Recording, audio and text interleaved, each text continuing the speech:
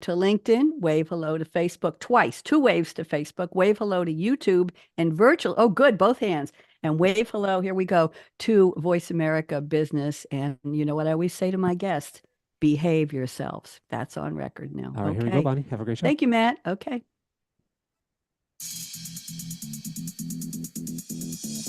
Where does yesterday's future, which is already here, meet today's future, which is about to happen, and tomorrow's future, which could be just minutes away? Welcome to Technology Revolution, the future of now, where host Bonnie D. Graham asks savvy futurists for their predictions about the tech-driven trends that are shaping our future right now. Here's your host, who will take us into the future of now, Bonnie D. Graham. Thank you to the voice of Ryan Treasure, Bonnie D. in the house. We have a very special show for you today. We're going to have conversations, not just among ourselves, but what would you say to somebody who was a hero, an icon, a leader in their field who's no longer alive? Or what would you say to a fictional character in a cartoon, in a movie, something made up? Somebody imagined this character, this quote unquote person. What if you could have a conversation and talk to them through AI? You know, I love ChatGPT, and I'm going to read you my little intro poem in a minute. And a shout out to Josh Greenbaum, an analyst who's been on several of my business shows, was on one recently, and he called me the poet laureate of the virtual world because I open my shows with poems. So thank you, Josh. I don't deserve the title, but I will work hard to earn it. And shout out to our engineer, Matt Widener at Voice America today. So let me read my opening, and then I'm going to start off the show. My 5 guests, my wonderful guests. We've got, who we got here? We've got Jed Taylor, wave hello. And we've got Mary Nunaley. We've got Bryan Mattimore without the W today. And we've got Tom Madonna, and we've got Bob Ficken. I know them all well. And they said they'd love to have these conversations. So I've asked them, and they've each had a chat conversation with one or more real people, no longer of this world, and one or more characters who never were in this world, but we wish they had been. And I'm going to start out after my monologue with a couple of my conversations. So let me read the monologue. Here we go. Good afternoon, good morning, dear audience, to our tech-filled space where the future unfolds at a rapid pace.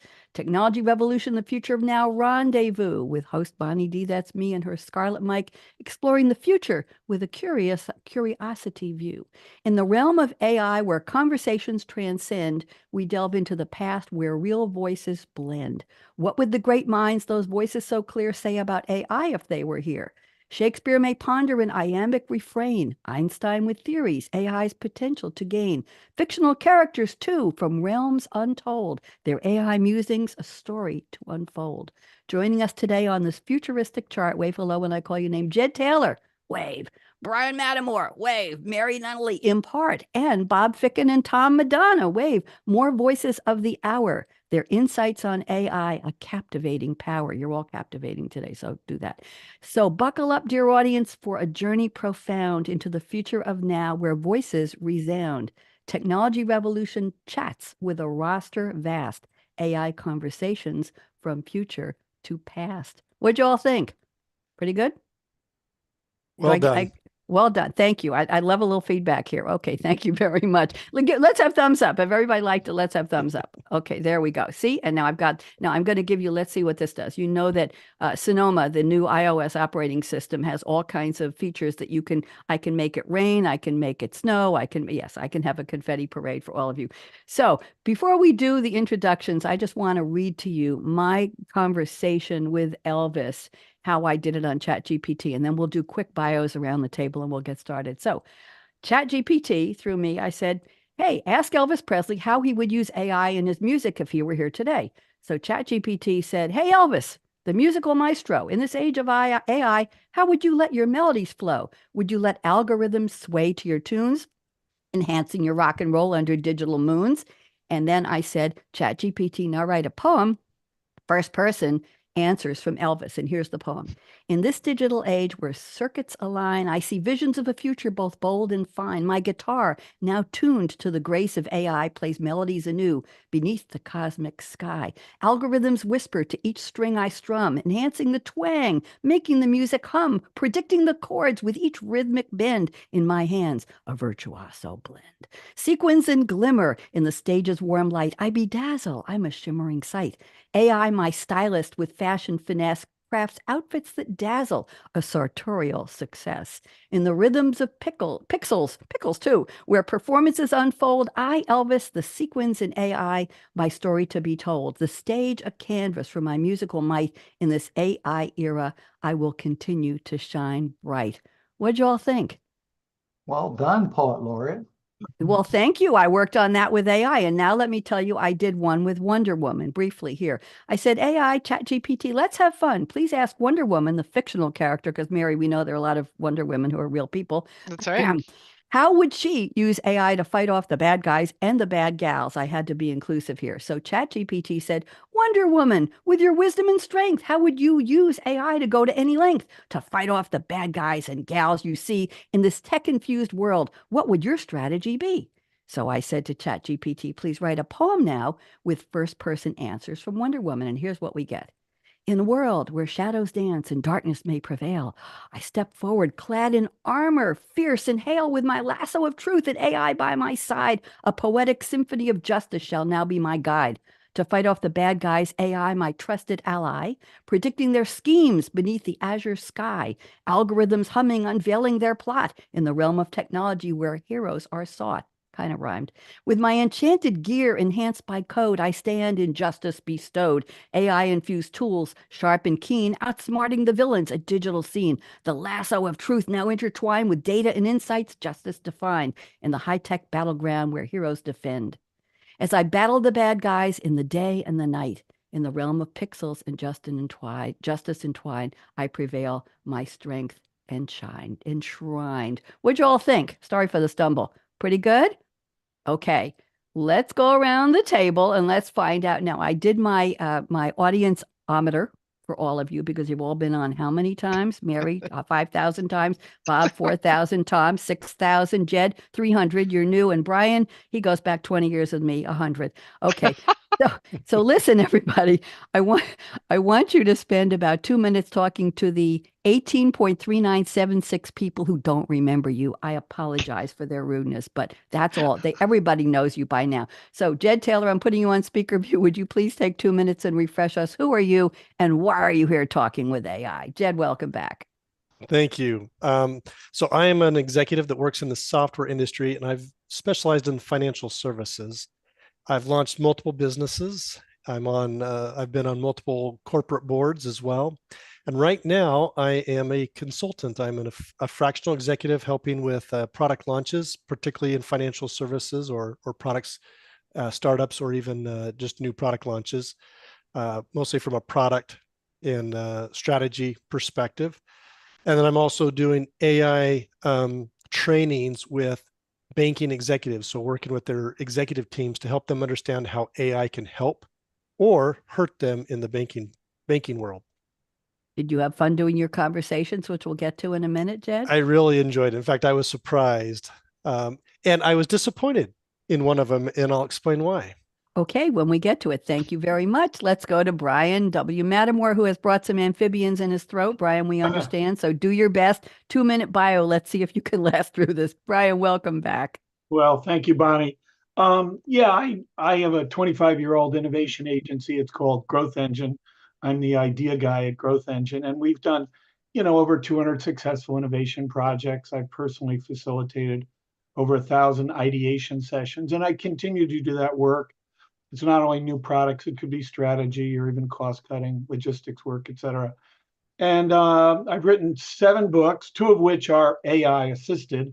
One is Quirks and the other is Quotes. I'm going to reference quotes as we get into this because over the summer I spent, I had over 120 interviews with famous dead people. 120 interviews. We'll talk more about.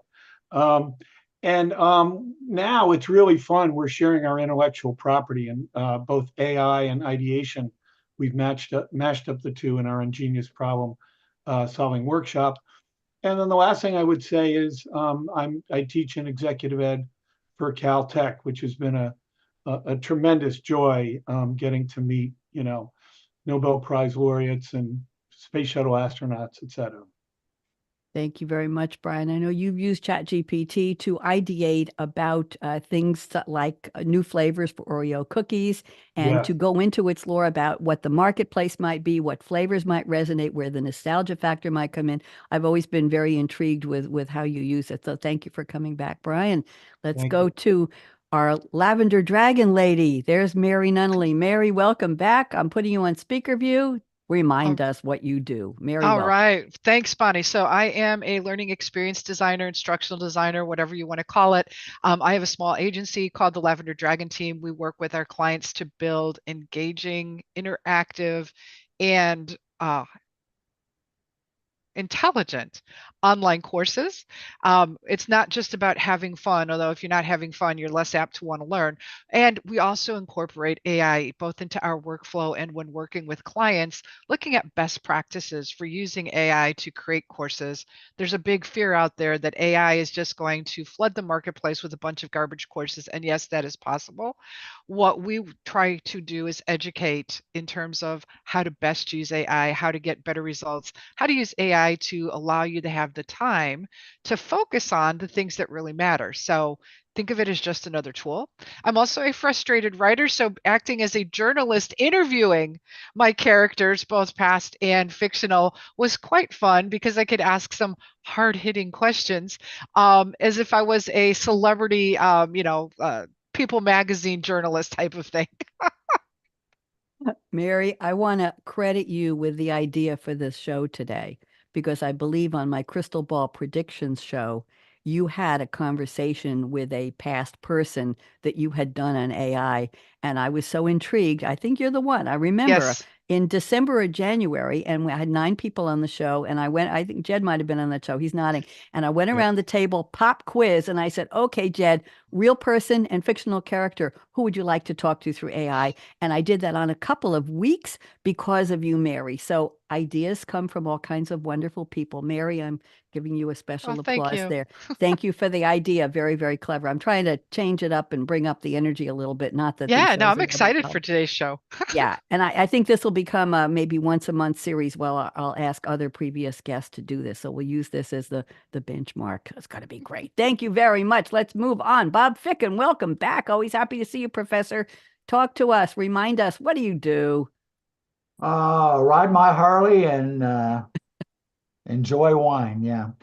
Uh, I've been a HR executive for about 25 years. I've been a university professor for about the same time. I teach leadership, entrepreneurship, systems thinking, change management, you name it. I've worked in almost every industry, probably. It's probably easier to say that than to rattle them off, but the retail, semiconductor, software, higher education, solar energy, healthcare, defense contracting, B2B consulting, and aviation. There you go. There's my list. I currently work as a focal point business and leadership coach, and of course, my university teaching. And I'm very excited about today's show. Thank you very much, Bob. And did you have fun with your interviews? Did you use ChatGPT as well? I did. In fact, Samuel Clemens was one of my early heroes when I was young, reading all of the Mark Twain books and Huckleberry Finn and all that. And one of the things I found out was that he was committed to being a lifelong learner, which I have in common with him. There you go. See, the things we learn. Thank you very much. Tom Madonna, welcome back. I always think of Tom as one of my car guys, automotive specialist. And last time he was on the show, he didn't talk about flying taxis or anything like that in the future. So Tom, you branched out into other areas of great intelligence. Tom, welcome back. Who are you going to be today? Tell everybody what you're up to, Tom. Thanks, Bonnie. Thanks, your viewers. Tom Madonna, industry executive VP for SAP. My coverage model is all the services and financial services industries. So any of those industries that do not produce a product. So, having been in the discrete and process manufacturing area, I'm now in this area here. And interesting is just concluded an AI forum that we had here in Miami. And we were talking about use cases and execution. And one of the things I found interesting about the topic and about what was coming out was a quote from McKinsey that we had talking, and that is, everyone right now is in pilot purgatory. Ultimately, no one is getting value. No one's seeing things. Everyone's trying to make a fast buck.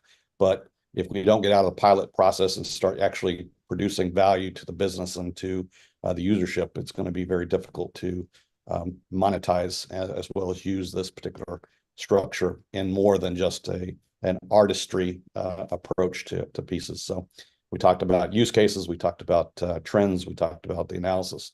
One thing I found interesting about the interviews were that I tried certain, I did more than two. So I actually started with 3 people that were past and are gone, and then 3 fictionals. And what I found was that the data around that particular character and what they said and how much was published and how vocal and how many digital fingerprints people had out there really drove the direction of that conversation, as well as the direction that didn't happen if you weren't. So the data and the model is definitely main pieces that individuals need to think about. But was it intriguing in regards to the use, as well as I used about 2 or 3 tools. So I just didn't use ChatGPT. I actually went out and used several of our What else did you use? hyperscaler. Okay, very interesting. I actually started with Google's, then did Amazon, then went back to ChatGPT, and then OpenAI. So ultimately, 4 different ones, and it was interesting to see the similarities and the differences between them in regards to the model structure and ingestion that was actually going on.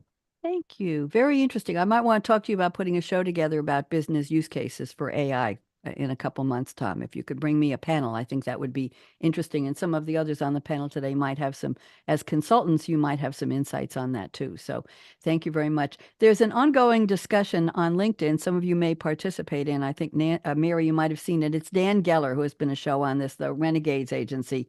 And Dan is posting very articulate, prosaic types of posts almost every day about what he does and how he did. And he says that if you really want ChatGPT and other LLMs, large language model AI tools, to be efficient, stop being polite. So the debate is, do you say please and thank you? And of course, I posted, I always say please and thank you, and that was great. And could you, or I'd appreciate you, good evening, good afternoon. And the theory is, and he said, I know you do that, Bonnie. I know you would do that. So, yeah, that's the way I was brought up. You say please and thank you. But now people are saying bribe worthy and punishing worthy. They're saying, oh, just a show of hands, how many of you say please before you start a query with ChatGPT? Jed doesn't and Tom doesn't. Jed, how do you start your queries? I'm more in the camp of Dan, which is command. You basically provide the action verb to have them do what you want them to do. Interesting. And keep it nice and concise. Tom, what about you? You didn't raise your hand. Same thing. Ultimately, you're giving the system a command to go do something, and ultimately you're expecting a response.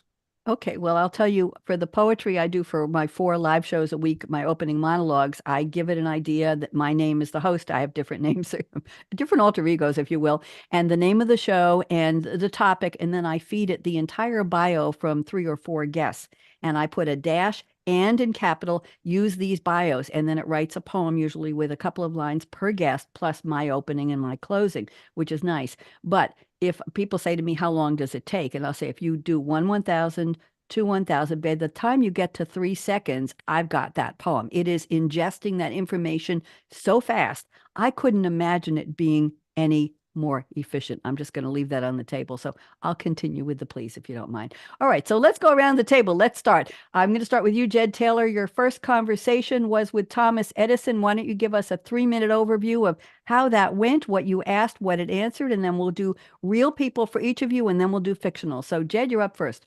Enjoy. Yeah. Thomas Edison has always fascinated me. And I know I wanted to talk to Thomas Edison about his view on AI. And being an inventor himself, I was curious how the AI would perceive his thoughts around that.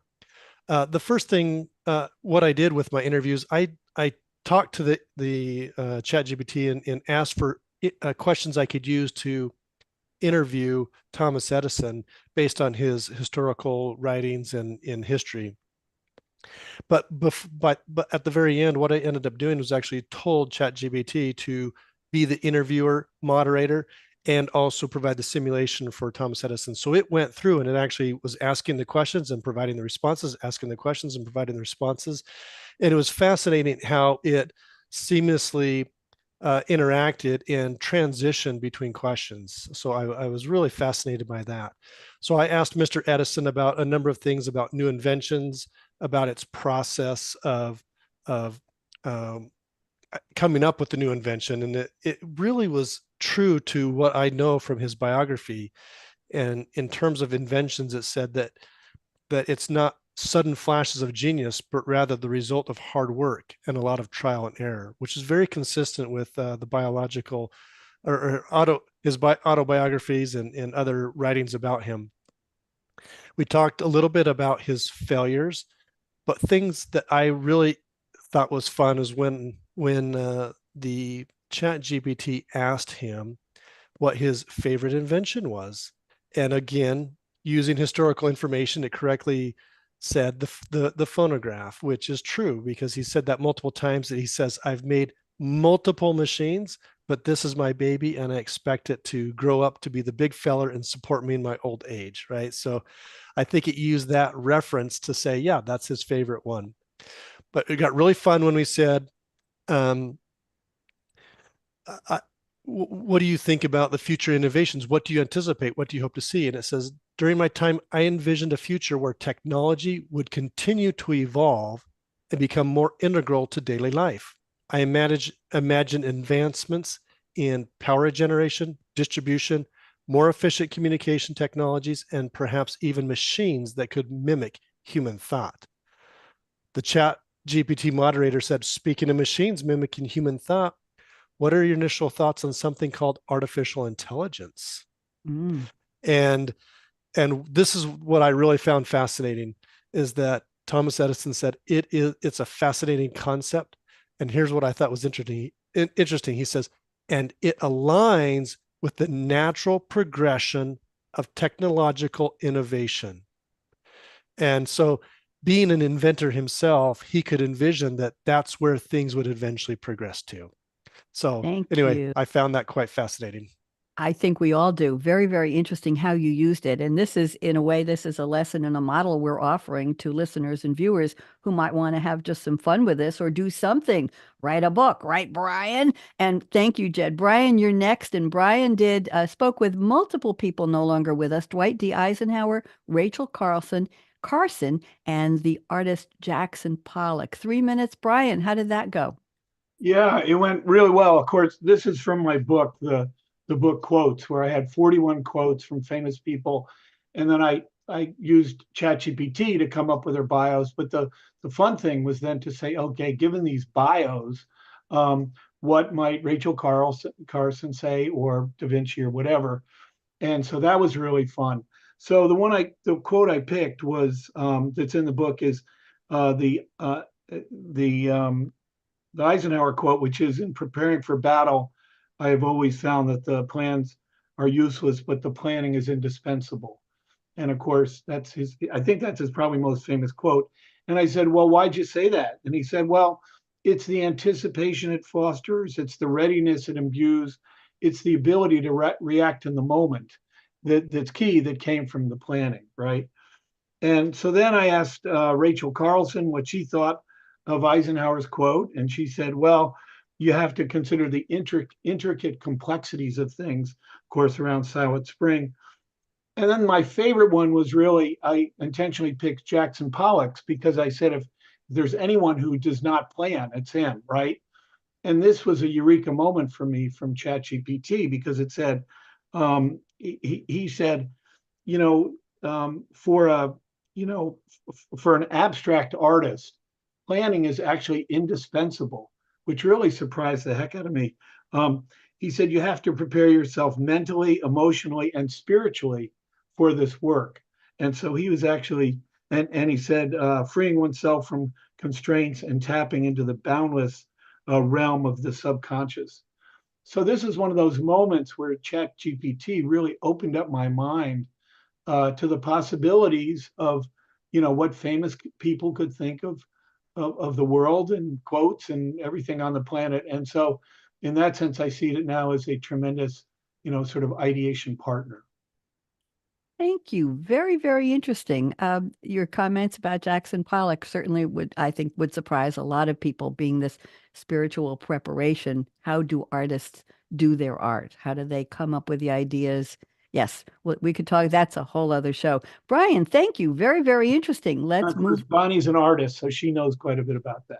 Well, thank you. Limited way. I only have about 250 paintings here in my house, and I decided today's a beautiful day. It's not going to be 20 degrees when the show's over. It might be even 60. So I'm going to go into my art studio and start. I do mostly abstracts, Bryan, and I don't think about what I'm planning. I just start with a color or paint pour the acrylics and see where they go. And the paintings talk to me when you're pouring in it. The paint moves around in different directions. Things come to, oh, there were 3 elephants in a forest. Oh, there were actors on a Broadway stage. I did one during when the pandemic was supposedly ending after about 2.5, 3 years, optimistically. I poured the paint, tilted the canvas, and I could see 5 people on a Broadway stage singing and dancing in these odd shapes. And they talked to me, and I said, yes, people are going to go back to the theater. They're going to sing and they're going to dance and they're going to be happy again. So that's how it works for me. But thank Bryan, you've honored me certainly very much. And Bonnie, I would just say that was Da Vinci's method at times too. He would look at fresco things on the wall and get ideas from the images, almost like looking at clouds as well. Oh, I like that too. Thank you very much. I feel inspired now. I will paint today and I'll send you a picture, Bryan. Mary Nunaley, you're next. And Mary talked to somebody very serious, Catherine the Great. Mary, Yes. What did you ask her and what did she tell you? No politics. We talked about this. Go I ahead. know, no politics, no politics. And I took the approach of more, well, what's the personal life? And so, to Tom's point, finding information about somebody that lives halfway around the world from where we're at in the 1700s was a little bit sparse. But based on my studies of Catherine the Great and based on things that I've experienced, I think ChatGPT did a pretty good job. And as I mentioned earlier, I took the approach of more of a celebrity magazine journalist as opposed to somebody that was hard hitting, talking, politics and that sort of thing. So I started out by asking her, because Catherine the Great was really known for her support of the arts and trying to bring the flair of the Enlightenment to Russia during her reign. So I asked her who her favorite artist was. Also, of course, knowing that you're an artist. So that was the second question. The first question I can't share because that was politics.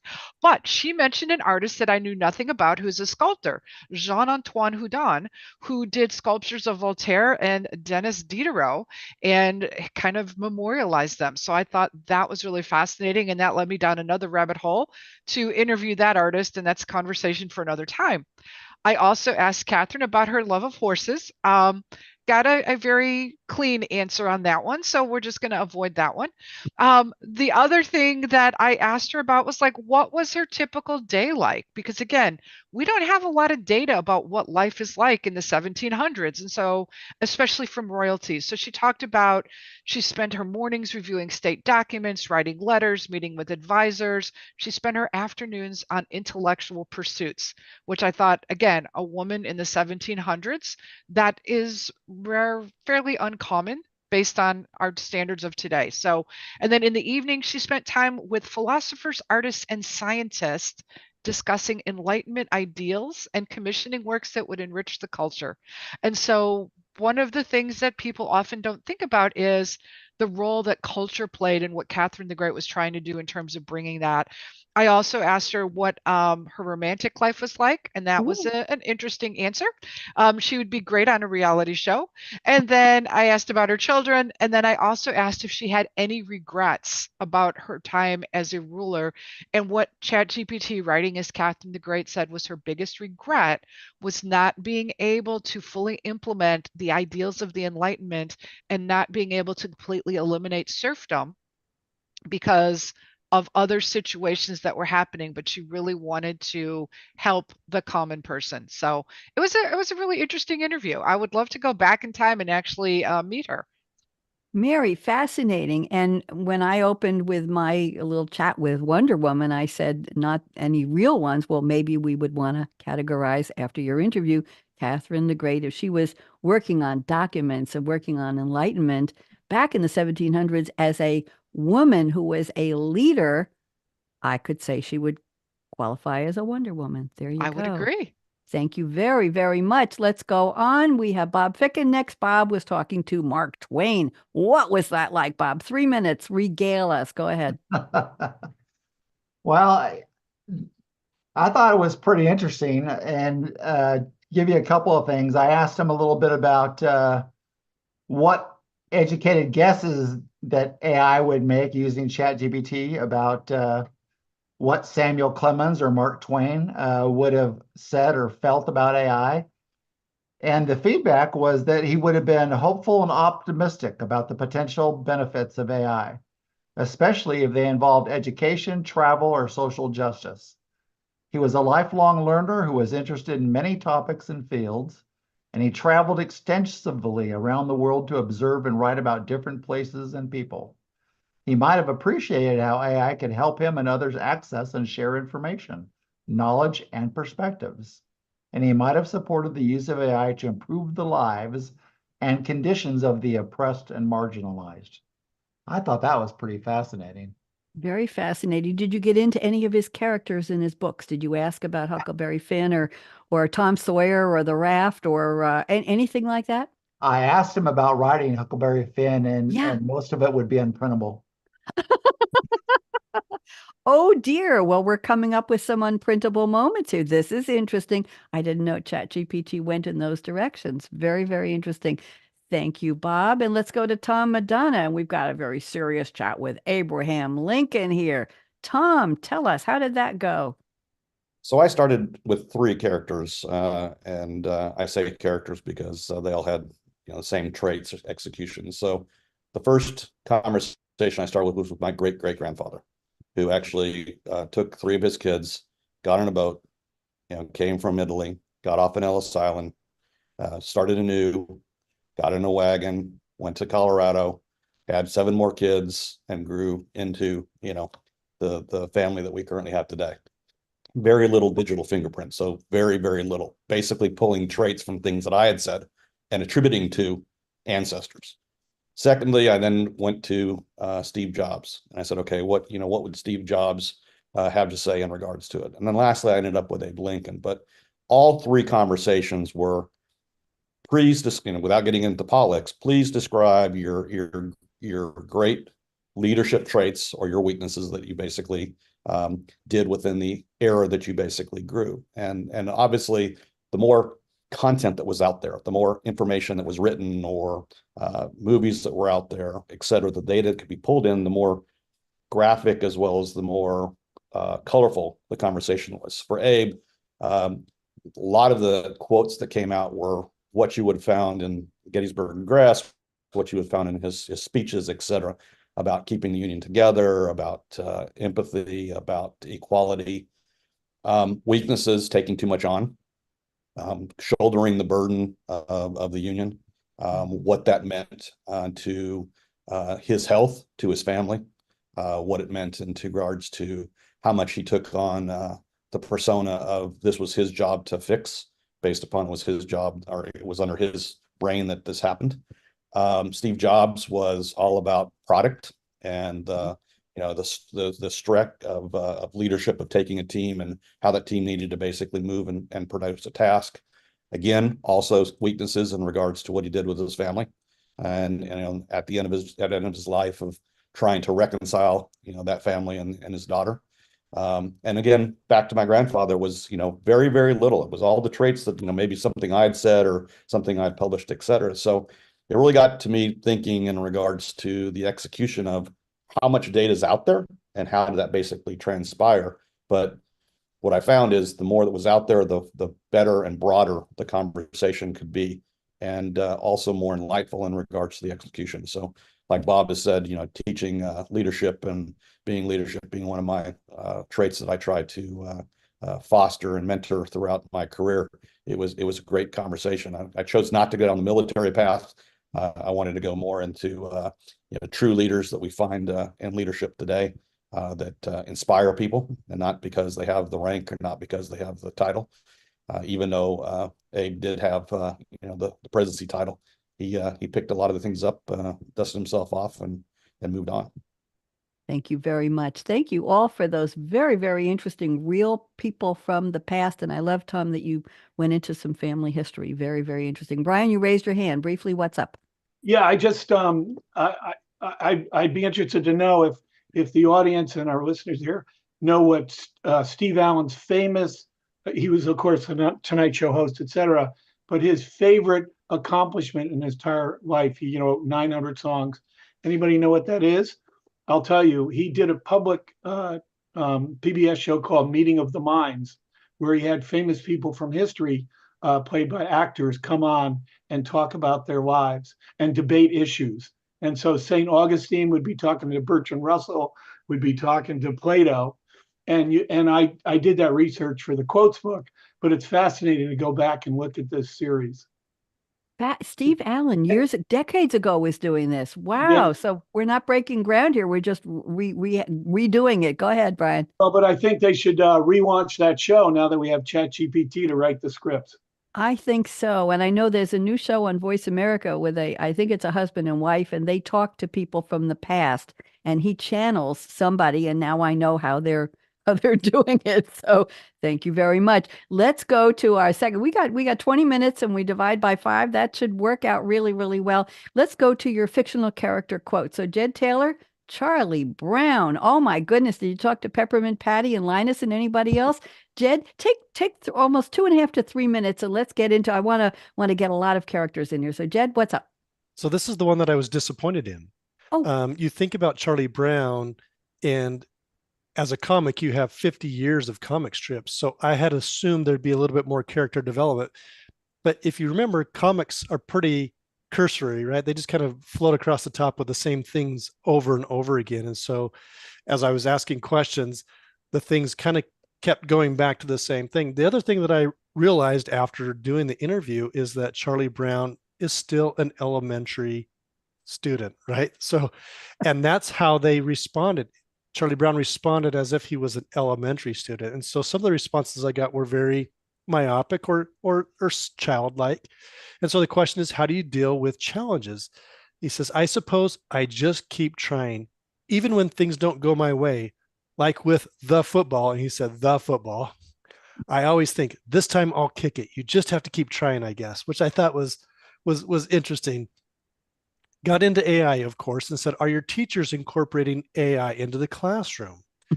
Charlie's response was, well, our teachers still mostly use chalkboards. He said, but maybe AI could help me understand why my kite always gets stuck in the tree. So you're still keeps coming back to just a few themes with Charlie Brown and kind of that childlike thought and thinking process. Finally, got into the process of asked a little bit about AI and he kind of said me and my friends, we prefer to play outside and play baseball, but pushed a little bit further, asked, and if you could ask AI to do one thing for you, what would it be? Maybe help me kick that football just once. So again, going back to the theme, and then interrupted himself, or help me figure out what to say when I talk to that little redhead girl. So I love that response. That was kind of a fun, really, really cute little response at the end. And it was fun how it continued on some of those themes that we're very familiar with Charlie Brown. Jed, I'm fascinated that it stayed in character. It didn't try to say, well, what would Charlie be when he was 18 or 25 or 30, or if he was born as a character in such and such a year, who would he be today? It stayed in character. I studied improv years ago with Michael Gelman and other people in New York. He was from Chicago, Second City, and they taught us to build a character of your improv character. Build who are they? If they were real, what would they eat for breakfast? Where did they go to school? What kind of shoes did they wear? What kind of newspapers did they read? What did they like to do on their vacations? And we built this concept of a character, but we had to stay in that character when we did the character in an improv scene. So I'm thinking that what you learn from ChatGPT is it's able to stay in the lane of that character and be true. That's charming. Did you expect that it would try to advance his age? Just quickly, Jed. I really did. I thought, hey, this has been 80 years ago, so we'd get a different perspective. But no, it stayed very, very true. And yeah. I like that. Thank you. Very charming. Bryan W. Mattimore, I'm putting the W back, Bryan, whether you want it or not. You had a chat with Dr. House. Oh my goodness. That must have been interesting. Bob's eyebrows just went up 4 inches. Bryan, tell us, how was the conversation with Dr. House? 2 to 3 minutes. Go. Well, it was really fun. I asked him how he got his ideas, but I mentioned this to a friend, and he said, "Well, you know how they got the name of the show, right?" And I said, "No, I'm not sure." And he said, "Well, it was a derivation of Holmes, Sherlock Holmes. Holmes is like House, and that's where House came from. And because House is really the modern day Sherlock Holmes in medical." So I said, "How do you get your ideas?" He said, "It's the smallest details, etc." And then it was wonderfully said. And if that doesn't work, you can always break into people's houses, because that's where you can learn so much about them. And this reminded me certainly of our work, where we do, at-home interviews, because, for products and such, to see where they put them on the shelf and how they open them up and how they take them out of the refrigerator is fascinating. This is, of course, is the field of ethnography. So that was one thing I asked. I asked how you be creative, and he says you go for the what behind, or the why behind the what. And he said you have to have a diverse team, which is, of course, a critical factor in our work of getting cross-functional teams. And then I said to him, "Well, what's the weirdest thing you've ever tried to do to solve a problem?"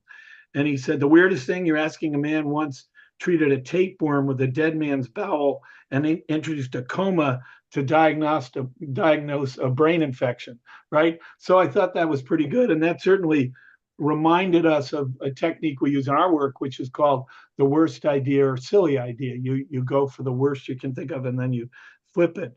But House had to say, sometimes the weirdest approach is only the way to get at the particularly tricky problem. Embrace the weird, the unconventional, and the seemingly irrelevant.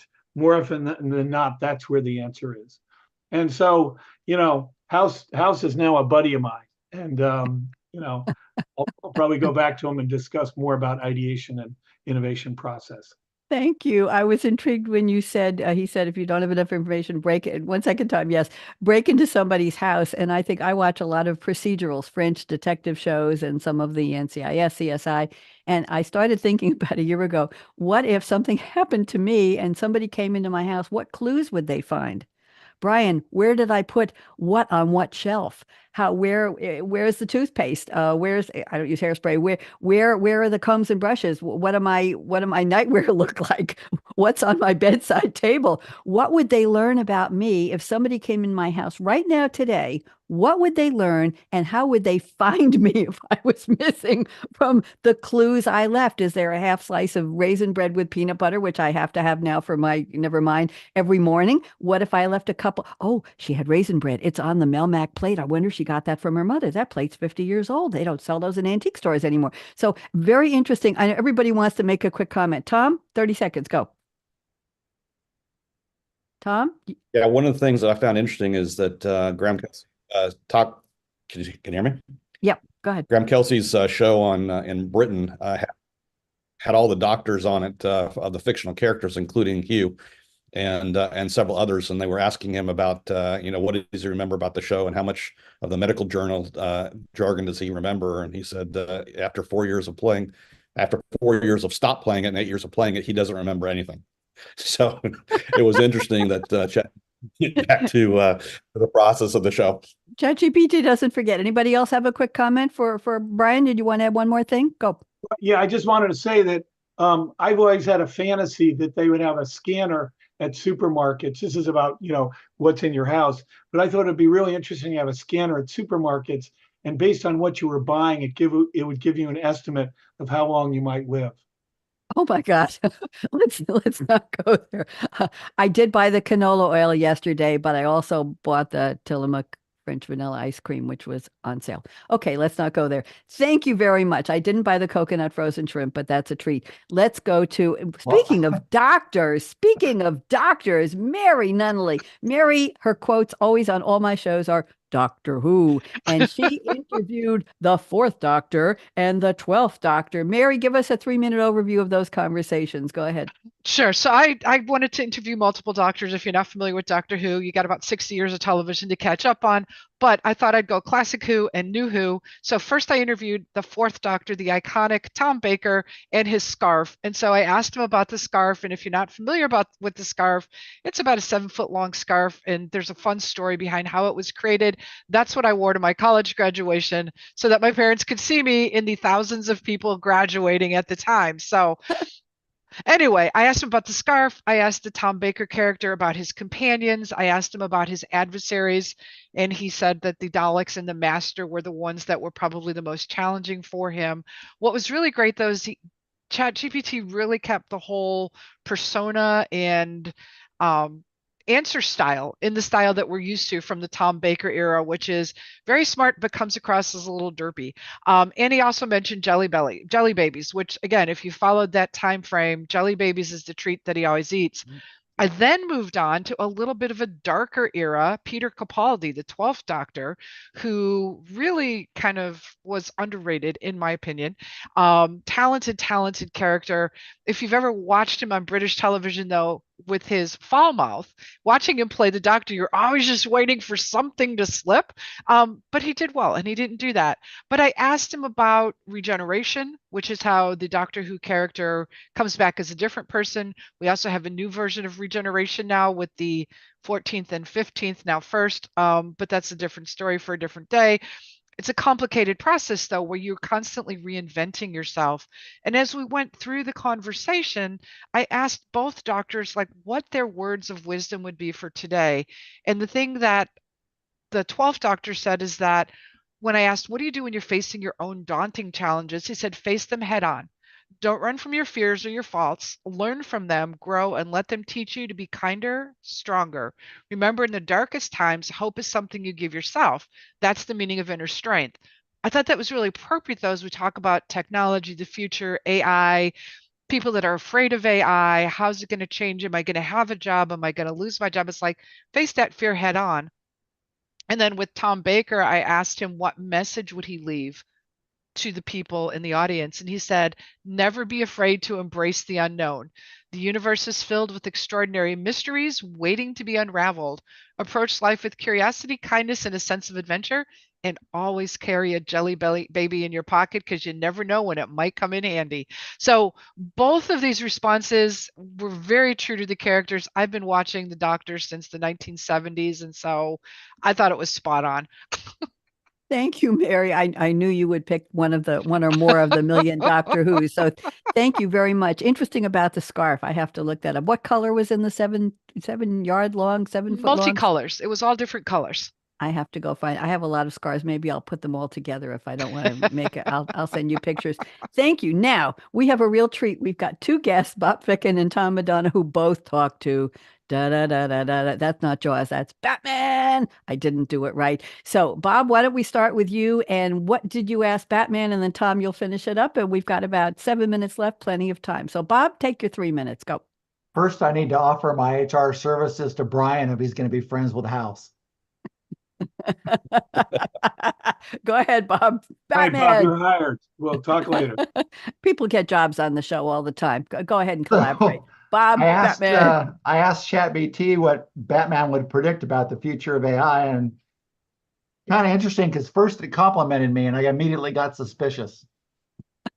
So this is a creative question. Batman is a fictional superhero who appears in comic books published by DC Comics. He's also known as the Dark Knight, the world's greatest detective, and the Caped Crusader. He has no superpowers, and I had forgotten about that. He actually doesn't have any superpowers, but relies on his intellect, skills, gadgets to fight crime in Gotham City. And then I got into what he would actually predict, and said one of the predictions for Batman that he would predict about the future of AI was that they are not definitive or comprehensive. Batman is a complex and dynamic character, and his opinions and predictions may vary depending on the context and the writer. So then I asked him in more detail about what AI and law enforcement would help him with enforcing, crime and all that. Batman would predict that AI will create new opportunities and challenges for justice and crime and require new strategies and tactics to deal with them. He collaborated with AI heroes such as Metalman, the Justice League 3000 and Justice League 3001, to fight against evil forces and protect the innocent. He also opposed AI villains, such as the calculator, the thinker, and the brainiac, who use their intelligence and technology to commit crimes and harm others. He would be well prepared and adaptable to the changing landscape of law and order. Thank you. Very, very interesting. And let's bring Tom Madonna in. Tom, you asked different questions of Batman, and why did you choose Batman? Tom, tell us what you found out. Well, Batman's been a favorite of mine since I was growing up. So I started watching Batman in the 60s and 70s. So part of the question I was trying to understand is, how it was going to compilate that particular character across all the different writings, all the different pieces. And, if you've studied Batman and all the different writings around him and all the different characters, the Crusader, Dark Knight, etc., you'll see a psychological break that occurs in the process of him growing up and then losing his parents. And it was interesting when I asked ChatGPT about that, it almost came back as a bipolar / multiple personality answer. So I got a conversation that occurred in regards to the comic portion of Batman in the 70s with the TV show, to Dark Knight, to the Crusaders, to some of the novels that were written. And it really was interesting in regards to trying to blend those together and give me an answer that I was actually looking for based upon a trait or an execution of what something was going on. So it was almost too much data that it tried to compilate and actually collapse down into an answer. And as the answers came out, again, same types of things that I talked about with the real characters, there was enough written about them that they basically did it. But it was interesting to go through and say, okay, this line came from a Dark Knight conversation, this line came from a Crusaders, this line came from the comic, etc. So it was almost interesting to the point of having to read through it, understand it, break it apart, and put it back together to understand the character itself. But it was it didn't come back and ask me, which genre did I want? Because of the question I asked. But it'd be interesting to go back and ask it specifically about those and see how those particular answers would have changed based upon giving it a genre or era of that particular character. Thank you all. Bob, any comments back to Tom, because you both talked to Batman? Bob, quickly. I was just kind of surprised that AI never mentioned Robin. Ah, interesting. Interesting. Thank you all for this very, very interesting. I admire all of you for the energy you put into the quote unquote assignment for this show. I know you're all very busy and have lives outside of Technology Revolution Radio, but you've been very loyal to the show. So I'm going to ask a silly question. If we come back and do part 2, because I think you're all in this mode, who would the next fictional character? Mary, no more Doctor Who. We've covered 5,000 doctors. You must be somebody else you're curious about. I already did Elvis and Wonder Woman. So Wonder Woman. So who would be, and Bryan, think outside of what you talked about in your book, something brand new. So let's go around the table quickly and just see. We've got about 3 minutes left. So let's use a minute and a half of that. Jed Taylor, who else would you like to talk to who was never existed except in somebody's imagination or drawing? Jed? I actually might go back and push Charlie Brown again, but imagine Charlie Brown is 80 years old and has all of the life experiences after the comic strip to see what AI would predict. I would want to ask Lucy. I would talk to Lucy. There you go. And I've been called Lucy in the past because, my hair was a little more Lucy-like years ago, but yeah, it was a mistake. Anyway, let's go around the table. Bryan, what other fictional would you like to talk to? Gosh, I'm still trying to think. I'm trying to think of someone in history or a fictional character who was interested in books and reading, and maybe the heroine from Beauty and the Beast, because she loved books, maybe. Okay. And on that score, I would ask Nancy Drew. And I don't know if you all know, but the Nancy Drew was not written by Carolyn Keene. Nancy Drew was written by a cadre of over 16 different ghostwriters who were either relatives of or employed by the publisher of the original Nancy Drew mystery teenage sleuth character. Wow. Yes, there were a whole string of writers, including, I think, the sister-in-law and the sister of the man who published them.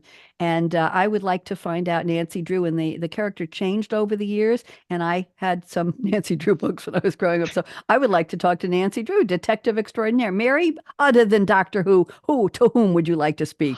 Well, since I am in the Super Who-Lock fandom, it would have to be Sam Dean, Castiel, and Chuck from the show Supernatural, Or if we're going books, Jason Asano from He Who Fights with Monsters. Thank you. Bob Ficken, who would you like to talk to? We got 1 minute left. Mickey Mouse. Oh, yes. That would Absolutely. be fun. And I would talk to Minnie or Goofy. Okay. Tom Madonna, who would you talk to? Anakin Skywalker through Darth Vader. There you go.